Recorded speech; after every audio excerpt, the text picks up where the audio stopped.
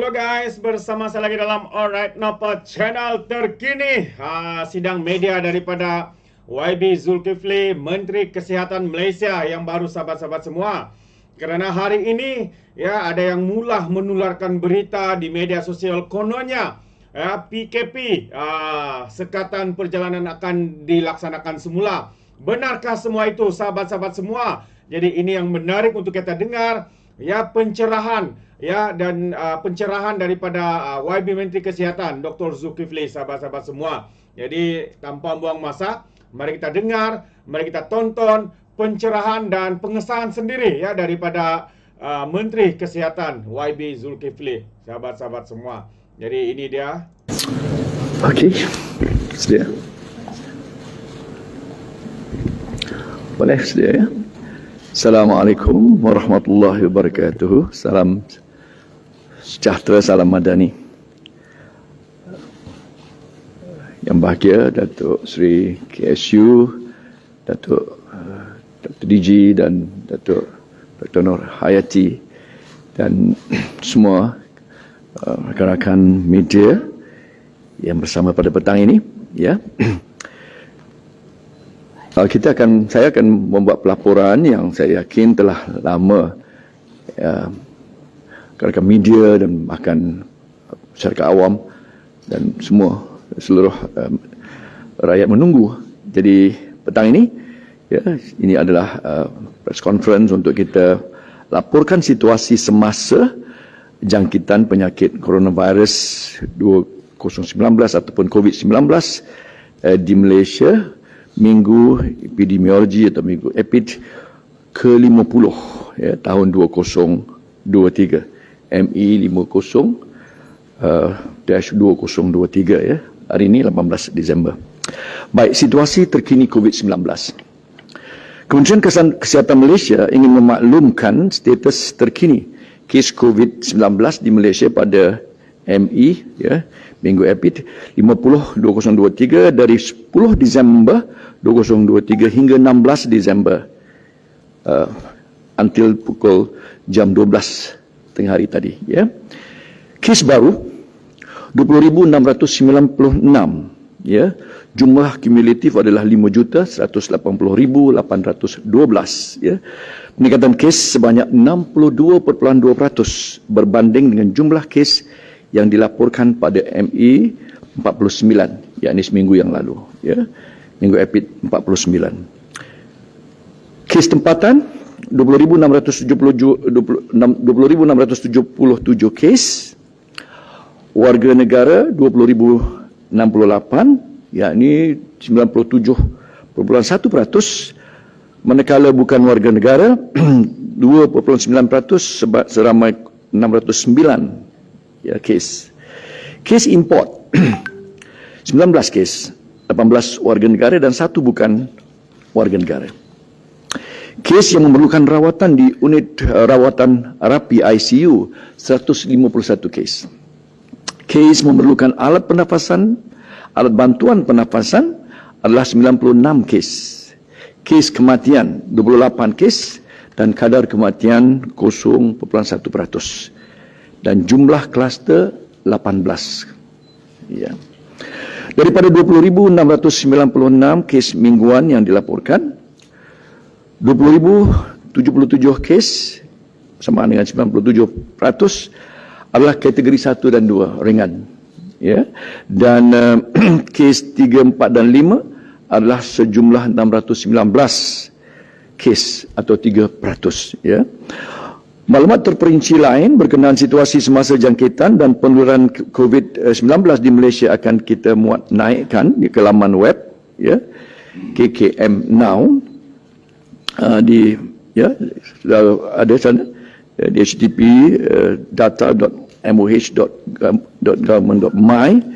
Data akan kita kemas kini secara mingguan. Itu nokta pertama, ya. Kedua, strategi KKM menghadapi lonjakan COVID-19 ini selalu ditanya, ya. Dan saya harap akan ada clariti dalam pengujuran ke depan bagaimana kami, ya, meletakkan strategi KKM menghadapi lonjakan COVID-19 atau yang disebut-sebut sebagai the surge dalam minggu-minggu yang juga diperhatikan di negara-negara jiran seperti Singapura dan Indonesia. Ya. Malaysia kini sedang menghadapi peningkatan kes COVID-19 yang mendadak. Itu kita akui. KKM berharap agar situasi ini dapat dilalui tanpa perlu mengulangi, saya sebutkan, tanpa perlu mengulangi sekatan seperti Perintah Kawalan Pergerakan PKP yang berlaku pada awal pandemik COVID-19 yang lalu. So, kita tak bercakap tentang PKP, we rule, for the time being, kita tidak bercakap tentang mengulangi PKP. Sebab ada yang bertanya, ada yang sudah bertanya dalam siapan ya, X bahawa apakah ya, banyak kegusaran di situ ya. Jadi kita telah saya jelaskan ya tanpa perlu mengulangi sekatan seperti PKP ya. Bagi menghadapi lonjakan kes COVID-19 ketika ini, KKM telah memperkukuhkan ya pelan pengurusan COVID melalui 5 strategi. Ya. Pertama, pengesanan awal kes COVID-19 dan varian SARS-CoV-2 melalui antara lainnya sistem amalan awal sangat penting ya, yang mana kalau dengan izin saya sebutkan Heightened Alert System HAS. Kita ada sistem amalan awal yang kita sentiasa pantau. Kedua, surveillance community di lokasi sentinel surveillance ya, seluruh negara. Umpama ILI ataupun influenza-like illnesses yang patient ke hospital ya kita sentiasa pantau ya. Dan juga surveillance ya, melalui kes severe acute respiratory ataupun SARI ya. Severe acute respiratory ya, infections itu SARI, dan ketiga adalah surveillance persekitaran air kumbahan dalam komuniti dan pintu masuk antarabangsa. Itu pengesanan awal, strategi pertama. So we will truly ya kita akan berjaga-jaga akan perkara yang saya sebutkan tadi sebagai kaedah strategi pengesanan awal, early detection, early alert ya. Strategi kedua, memperkasakan komuniti melalui amalan TRIS, TRIS, iaitu pertama test, the first T, test, ujian. Segera lakukan ujian pengesanan COVID-19 secara kendiri sekiranya bergejala. Ini satu nasihat, satu galakan. Ya, jangan ambil mudah, ya, terutama kalau kita punya penyakit comorbidity dan sebagainya, ya, for people with hypertension, cancer survivors, ya, diabetes dan sebagainya, immunocompromised person, patient, sangat mustahak untuk keep testing. Kita galakkan ujian. Ya. Kedua, report. T. Second R is lapor. Laporkan keputusan ujian kendiri secara secepat mungkin dalam aplikasi MySejahtera. Ini sangat penting. Kalau ya, rakyat warga Malaysia tidak mau melaporkan dalam aplikasi MySejahtera, then they will be under reporting. Dan our metrics, our angka-angka tu kalau kita sebut tentang ya contohnya sebagai CFR, case fatality rate dan sebagainya, semua prediction, semua angka-angka itu tidak akan menjadi satu yang sebenarnya sah. Sebab apa? Under reporting. Atau kalau kita buat ujian pun kita tidak mau naikkan ya sama ada positif atau negatif dalam MySejahtera kita. Ketiga, isolate, asing, ya, isolate ourselves in a personal atau yang saya sebut kat sini, lakukan pengasingan kendiri, self isolation. Sekiranya positif COVID-19, patuhi perintah pengawasan dan pemerhatian di rumah, our home surveillance order HSO, serta tata cara isolasi kendiri dengan melengkapkan HAT itu, dia home assessment tool yang terdapat dalam aplikasi MySejahtera sekali lagi ya. Itu TRI, isolate. The second I adalah inform, maklumkan. Bagaimana? Maklumkan kepada semua konteks rapat. Kita sudah kembali kepada prosedur seumpama ingat semasa kita pandemik dulu. Maklumkan kepada semua konteks rapat supaya mereka memantau status kesihatan kendiri mereka dan lakukan ujian COVID-19 sekiranya mereka juga bergejala. So now is so important that kita dah terlatih begitu kan. Now we just reactivate balik amalan-amalan apa yang dikata sebagai the new normal Apabila kita ada bergejala, kita beritahu kawan-kawan, saudara, close contacts, supaya inform them. And S, letter S, huruf S, last itu adalah seek, S-E-E-K, S-E-E-K, ataupun dapatkan rawatan. Dapatkan pemeriksaan dan rawatan segera, ya, sekiranya gejala bertambah buruk, ya, bertambah teruk. Bagi golongan berisiko tinggi, dinasihatkan segera ke fasiliti kesihatan berhampiran walaupun gejala ringan, for those comorbid and the oldest, ya. Jadi pastikan, ya, semua ini adalah seeking for rawatan dan to the nearest clinics dan sebagainya. So mendapatkan rawatan itu adalah penting, ya, terutama bagi mereka yang berisiko tinggi, kumpulan rentan itu, ya. Strategi ketiga, pemantauan fasiliti kesihatan, pengurusan dan kawalan kes COVID-19 terutamanya untuk melindungi golongan berisiko tinggi. Apa yang saya nak sebutkan, fasiliti kesihatan KKM termasuk klinik kesihatan dan hospital telah bersedia untuk menghadapi sebarang peningkatan jumlah kedatangan dan kemasukan pesakit ke ward. We are ready for that. Kita bersedia akan kemungkinan kalian, ya, surge ataupun ledakan seperti itu. KKM sedang memantau rapi kapasiti hospital melalui bed management unit, dan bersedia dengan pelan strategi lonjakan kapasiti ataupun surge capacity planning. Kita tahu bagaimana untuk mobilize untuk dapatkan kapasiti bed dan sebagainya. Ini termasuk kesiapsiagaan perkhidmatan hospital yang terdiri daripada 4 trust. Ya, ini satu, kecukupan akses, there will be always access. Kedua adalah kelestarian rawatan, sustainability of treatment. Ketiga adalah pengurusan pra-hospital, before coming to hospital. Dan keempat adalah kecemasan berkaitan COVID-19. Keempat perkara ini, ya, kita bersiap siaga.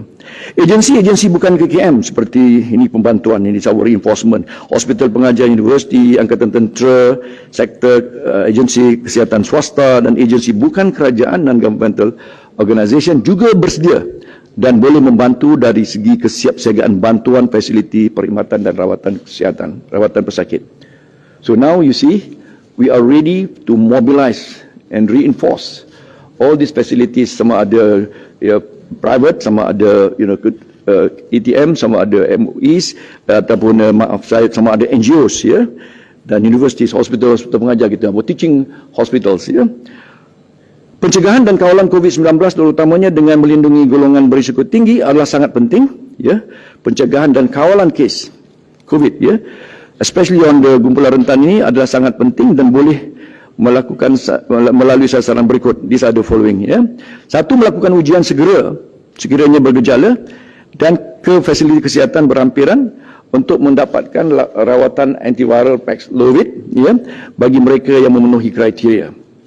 So for those yang ada indikasinya, indicated for getting this rawatan antiviral drug ni, then you will be, it's not cheap, ya, bukan Paxlovid punya entire cost itu kurang lebih mahal, ya, RM1,000, tapi andainya diperlukan, our facilities will be paying for that, ya. Menggalakkan golongan yang berisiko tinggi mendapatkan vaksin prima, ya, our first dose ataupun dos penggalak, ya. So it's very important. Dan ketiganya adalah pemakaian pelitup muka dalam golongan ini, ya, amat digalakkan, terutamanya apabila berada di kawasan yang sesak, sempit dan kekurangan udara, the 3Cs, ya. Dan itu adalah sangat penting, ya. Keempat, strategi keempat, memperkasakan komuniti melalui komunikasi risiko yang berkesan, ya. This is very effective communication strategy untuk golongan yang berisiko, ya, komunikasi risiko yang berkesan, ya. Memperkasakan komuniti melalui komunikasi risiko yang berkesan adalah antara lainnya perkongsian data melalui media massa, termasuk kenyataan akhbar kami, GitHub kita, KKM Now dan lain-lainnya. Hibahan pendidikan kesihatan secara berkala, secara berkala akan membuat bahan sama ada melalui press release kita ataupun kita adakan seumpama petang ini, ya, kita adakan sidang akhbar, press conference, ya. Menggerakkan inisiatif Agenda Nasional Malaysia Sihat, ANMS, di semua peringkat. My Champion ataupun Malaysian Health Community Agent yang merupakan satu platform kolaborasi merentasi semua, ya, is a whole of society, bukan saja kementerian, organisasi sektor awam, swasta, pertubuhan bukan kerajaan sebagai our strategic partners ataupun rakan strategi kita. Ya. Ini berperanan membantu KKM dalam advokasi penganjuran aktiviti kesihatan di peringkat komuniti. That is very important. That kita advance dan kita anjurkan dan kita promote this. Kelima, strategi 5, pendigitalan sistem kesihatan dalam pengurusan pandemik melalui aplikasi MySejahtera. So sekali lagi, MySejahtera become very important backbone yang akan merangkum dan menggerakkan semua dari sudut pengurusan kesihatan dalam bentuknya digital ini. Pelaporan keputusan ujian Kediri seperti yang saya telah terangkan tadi, pemberian HSO, Home Surveillance Order secara digital dan pemantauan status kesihatan melalui Digital Home Assessment Tool, HAT tadi, dan pemberian janji temu vaksin dan antiviral Paxlovid for COVID yang layak ataupun dosa indicated untuk diberikan itu, penjanaan sijil vaksinasi digital itu pun kita semua sedia maklum dalam MySejahtera, dan perkongsian maklumat berkaitan COVID-19. So we are all like getting ready for any eventualities, akan apapun keberangkaliannya, we are getting ready. Nothing to be alarmed, jangan terlalu ini sangat, tetapi jangan bermudah-mudah. Kita lakukan semua ini, tindakan 5 strategi ini adalah untuk kita membuatkan kesiapsiagaan kita di tahap yang optimum, tahap yang baik. Nasihat kesihatan berkaitan COVID-19. Di samping melaksanakan strategi di atas, KKM juga menyarankan orang ramai supaya sentiasa mengamalkan langkah-langkah pencegahan, preventive measures ini. Pertama, elakkan 3S, sesak, sempit, sembang, keep your distance, dulu dipanggil sebagai social distancing, tapi itu keep your distance. Amalkan 3W, wash, wear and warn. Jadi itu kita always back to our habits, all the good habits. Cuci tangan dan sebagainya, sanitizers. Sentiasa memakai pelitup muka di kawasan awam yang tertutup. When it's enclosed, enclosed, tertutup. Kita mungkin petang ni, kami depan ini, because it's quite open. Pada saya sebenarnya memang pakai sebab usia. Ini semua orang muda, saya lebih cenderung untuk pakai, untuk menjaga saya dan menjaga orang lain juga. Protect myself and protect others. Pemakaian pelitup muka adalah amat digalakkan. Kita menggalakkan, kita strongly advise and recommend. Pemakaian pelitup muka ini amat digalakkan. Sentiasa mengekalkan tahap kebersihan diri yang tinggi, personal hygiene, hand washing dan sebagainya. Kerap mencuci tangan dengan menggunakan air dan sabun ataupun sanitizer. Membuat penilaian kendiri terhadap kesihatan serta dinasihatkan agar tidak hadir ke mana-mana kawasan yang sesak, congested, ataupun dan menjadi tumpuan ramai sekiranya anda bergejala. So help to protect others and protect yourself. Sentiasa memakai pelitup muka terutamanya bagi yang bergejala dan apabila berada di tempat tertutup, sempit dan sesak, terutamanya kepada kumpulan berisiko tinggi seperti warga emas, individu yang berpenyakit kronik dan individu dengan kompromis imuniti rendah dan ibu mengandung. Ini antara grup kumpulan rentan ini. Mengamalkan TRIS seperti yang saya telah terangkan tadi, seandainya bergejala, test, report, isolate, inform and dapatkan rawatan, seek for treatment and help. Segera berjumpa dengan doktor untuk pemeriksaan bagi mendapatkan rawatan lanjut sekiranya bergejala, sekiranya gejala bertambah, sekiranya bertambah teruk, terutama pada kumpulan berisiko tinggi. Very important. You got to always be, sentiasa kita be aware, be conscious about our symptom getting worse. So immediately you get into that, don't wait, don't take any chance, seek, last S, seek for help, seek for treatment.